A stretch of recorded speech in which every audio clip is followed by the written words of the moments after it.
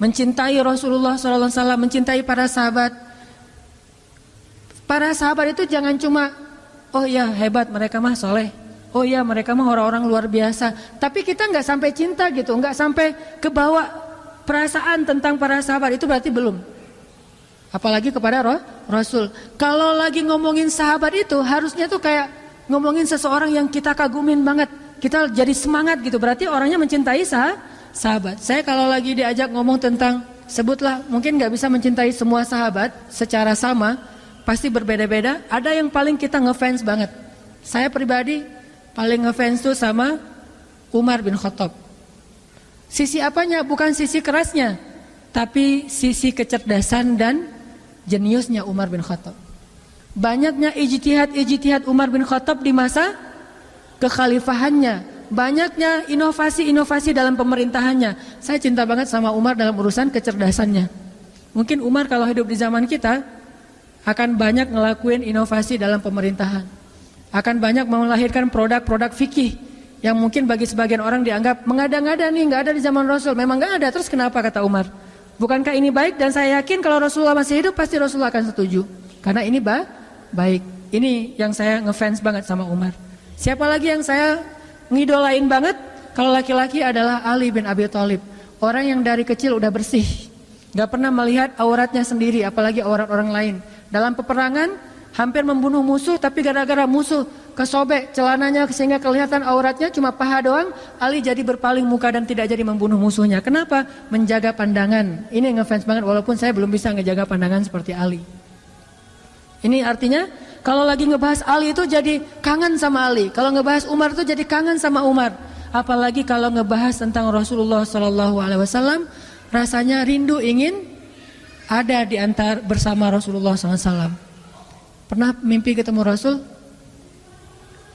Berbahagialah teman-teman kalau yang pernah bermimpi ketemu Rasul. Walaupun kita nggak akan pernah ingat wajah Rasul, karena mustahil orang mengingat wajah Rasulullah kalau hanya ketemu dalam mimpi, mustahil. Kalau ada yang mimpi ketemu Rasul terus bisa menggambarkan sketsa wajah Rasul, itu adalah bisikan setan. Kalau mimpi ketemu Rasul, ketemu sih, cuma lupa wajahnya kayak gimana. Kata Nabi, siapa yang melihat aku dalam mimpi, maka dia seperti melihat aku dalam kenyataan. Siapa yang melihat Rasulullah dalam mimpi, berarti dia seperti melihat Rasulullah dalam kenyataan. Benar-benar ketemu dengan Rasulullah, seolah-olah dia menjadi salah satu di antara golongan sahabat Nabi. Siapa yang tidak bahagia masuk dalam golongan sahabat Nabi? Gimana caranya? Mimpi ketemu Rasul, dan itu gak bisa dibuat-buat. Kalau gak cinta gak mungkin mimpi. Saking cintanya jadi kebawa mimpi. Dan itu butuh doa, butuh cinta, butuh usaha, butuh pengorbanan, sehingga nanti Allah akan memberikan kita hadiah mimpi ketemu Rasulullah SAW. Saya dulu pernah waktu kecil banget, sebelum saya sering ikut musabaqah, mimpi ketemu Rasul. Terus Nabi bilang gini, dia panggil nama saya, tapi nama itu ada di KTP, bukan nama yang Hanan Ataki ya, cari aja nanti nama aslinya. Dia manggil Fulan, gitu. Fulan, kamu mah, kalau bahasa kita, kamu jangan tinggalkan Al-Quran, peganglah Al-Quran, kata beliau. Udah gitu saya belajar Al-Quran, jadi juara musabaqah. Kebawahnya tuh ke juara musabaqah. Pas saya udah mulai agak-agak gede, udah remaja, mulai puber dan agak jauh dari Al-Quran, mimpi lagi. Mimpinya masuk surga, tapi surganya gak enak banget. Surganya tuh gelap, surganya itu gak ada lampu. Terus istananya itu kayak saung-saung yang udah reot gitu. Terus ada hujan, terus saya duduk dalam saung itu terus kehujanan. Loh kok surga kayak gini ya, mending di rumah saya daripada di surga. Ternyata saya semakin jauh dari Al-Quran, Allah kayak ngasih sebuah gambaran tentang amal saya gitu. Amal kamu itu kayak gini, rapuh, gak jelas, gak ikhlas, pokoknya banyak aja tegurannya. Sampai sekarang saya kangen pengen mimpi lagi ketemu Rasul, tapi belum bisa. Berarti memang amalnya belum baik, belum setulus, belum sepolos ketika saya masih kecil. Ini artinya kalau kita benar-benar mencintai seseorang karena Allah, saat ngebahas tentang orang itu kita jadi semangat. Saat membahas tentang orang itu kita jadi rindu, kita jadi pengen tahu tentang mereka. Kita jadi, kalau ibarat kita di Instagram atau di sosial media tuh kepo gitu. ada cewek nge-like postingan kita. Terus dia di gambar profilnya kayaknya cantik gitu. Kalau bahasa anak di komennya bening gitu kan ya. Gambarnya bening. Langsung dikepoin tuh, dicari tahu. Nih ternyata dipakai ditutup gitu, nggak semua orang bisa masukkan. Agak-agak kecewa, nggak bisa lihat yang lain. Kan suka gitu tuh. Terus ada lagi yang lihat lagi kalau yang cowoknya keren nih, kayaknya janggutnya dipelintir ala Van Kyle gitu ya. Kumisnya dipelintir gitu, kayak kumis My Stupid Boss. Udah gitu ininya janggutnya kan gaya-gaya 2016, janggutnya tipis, kumis dipelintir, rambutnya rapi gitu, klimis. Pakai kacamata hitam walaupun nggak minus. Pakai kacamata yang frame-nya hitam walaupun nggak minus, kacamata biasa. Pas ngeliat kayak gitu jadi kepo, pengen tahu nih orangnya siapa, tinggal di mana dan segala macam aktivitasnya. Ini karena kita mulai pakai perasaan penasaran gitu. Apalagi kalau udah ada hubungan. Harusnya kita kepada Rasulullah keponya dengan membaca sirah Rasul, keponya dengan membaca hadis Rasul, keponya itu dengan cara mencari tahu tentang sosok Rasulullah itu kayak gimana. Makanya nanti setelah sholat Isya saya pengen share beberapa kisah tentang bentuk cintanya para sahabat kepada Rasulullah. Itu tuh luar biasa. Kayaknya agak susah kita nirunya, tapi mudah-mudahan jadi penyemangat doang buat kita untuk bisa lebih belajar revolusi cinta, mencintai Allah dan Rasul melebihi apapun juga. Insya Allah nanti kita sharing cerita setelah selesai sholat Isya. Barakallahu. Bismillahirrahmanirrahim. Teman-teman sekalian, setelah Rasulullah SAW wafat,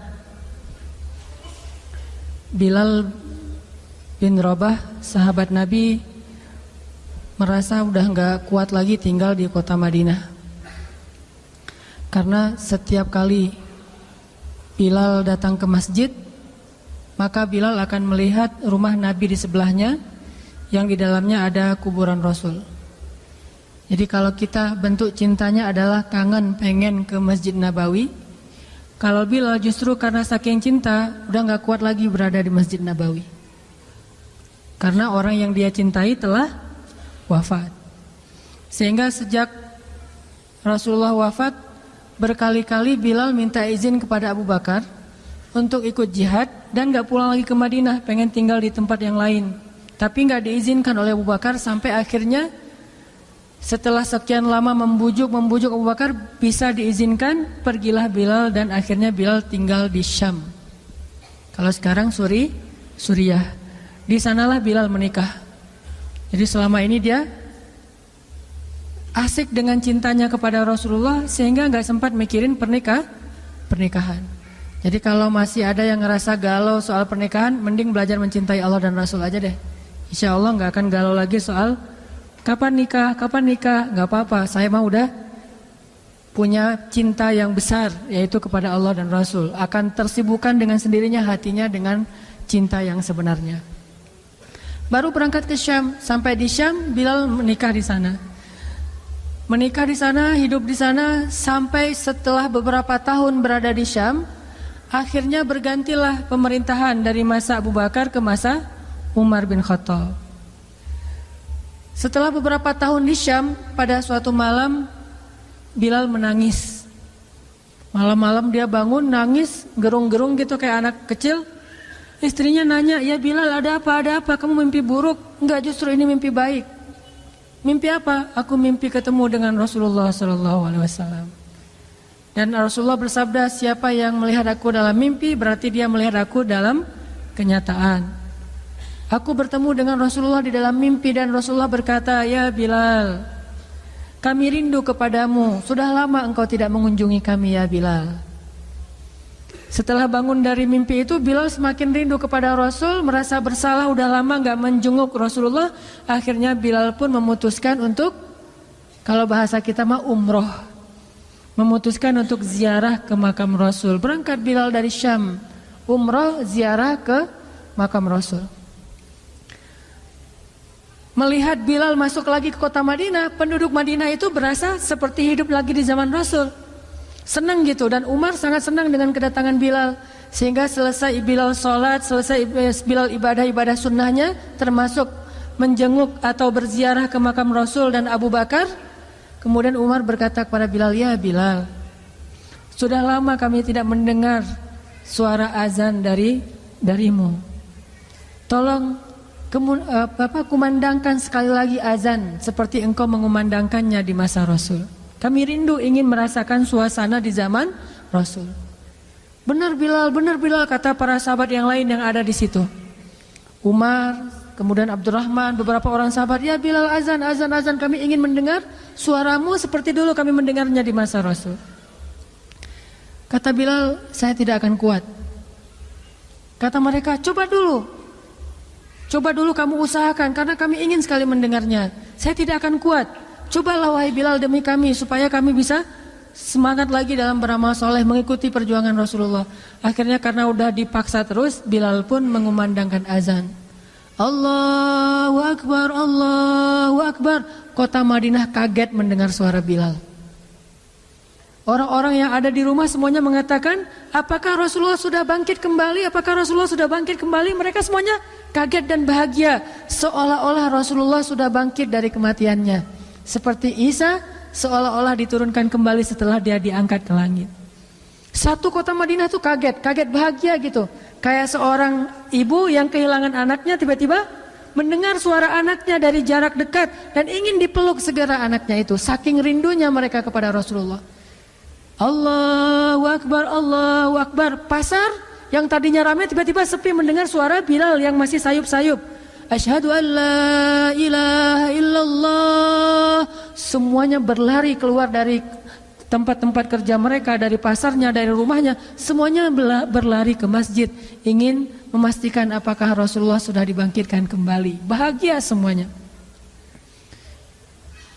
Apakah Rasulullah sudah dibangkitkan? Apakah Rasulullah sudah hidup lagi? Semuanya bertanya dengan pertanyaan yang sama. Asyhadu an la ilaha illallah. Semuanya semangat datang ke masjid, ngumpul, ramai banget. Kemudian ketika Bilal mengatakan, Asyhadu anna Muhammadar Rasulullah. Asyhadu anna. Gak sanggup lagi Bilal, berhenti di situ. Kemudian Bilal menangis dengan suara nangis yang luar biasa kerasnya.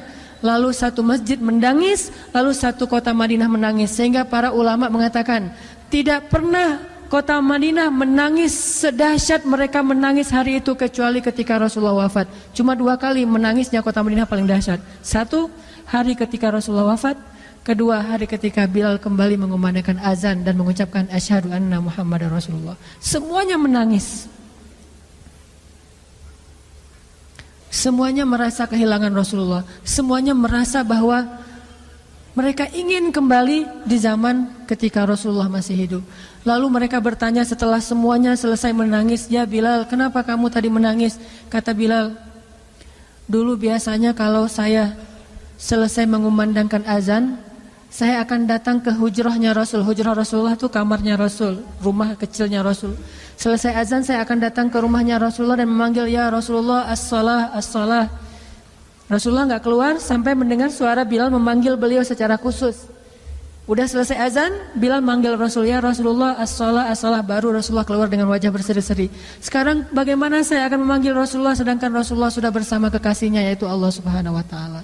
Menangis lagi satu masjid, satu kota Madinah. Pokoknya hari itu adalah hari berkabung sekota Madinah. Hari menangisnya kota Madinah, saking rindunya mereka kepada Rasulullah. Bagaimana dengan kita ketika mendengar suara azan dan muazin mengucapkan nama Rasulullah sallallahu alaihi wasallam? Di situ kelihatan apakah kita mencintai Rasulullah lebih dari apapun juga setelah Allah Subhanahu wa taala. Kalau tidak, fatarabbasu, hati-hati. Kalau tidak, fatarabbasu, tunggu aja. Naudzubillah min dzalik, berarti masih ada kemunafikan dalam hati kita.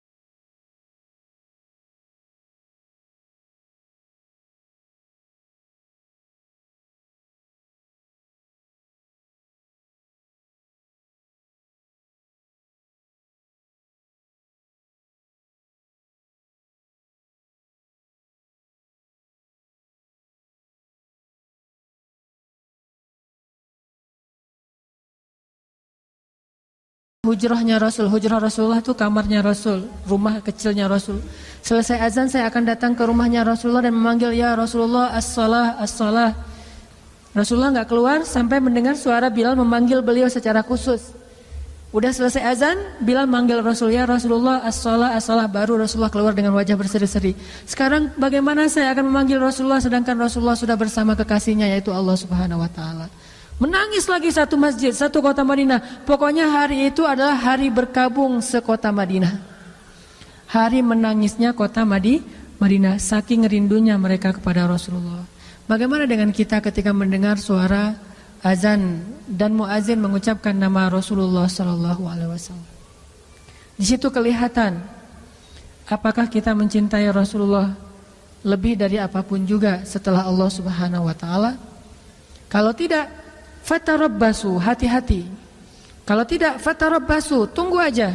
Naudzubillah min dzalik, berarti masih ada kemunafikan dalam hati kita.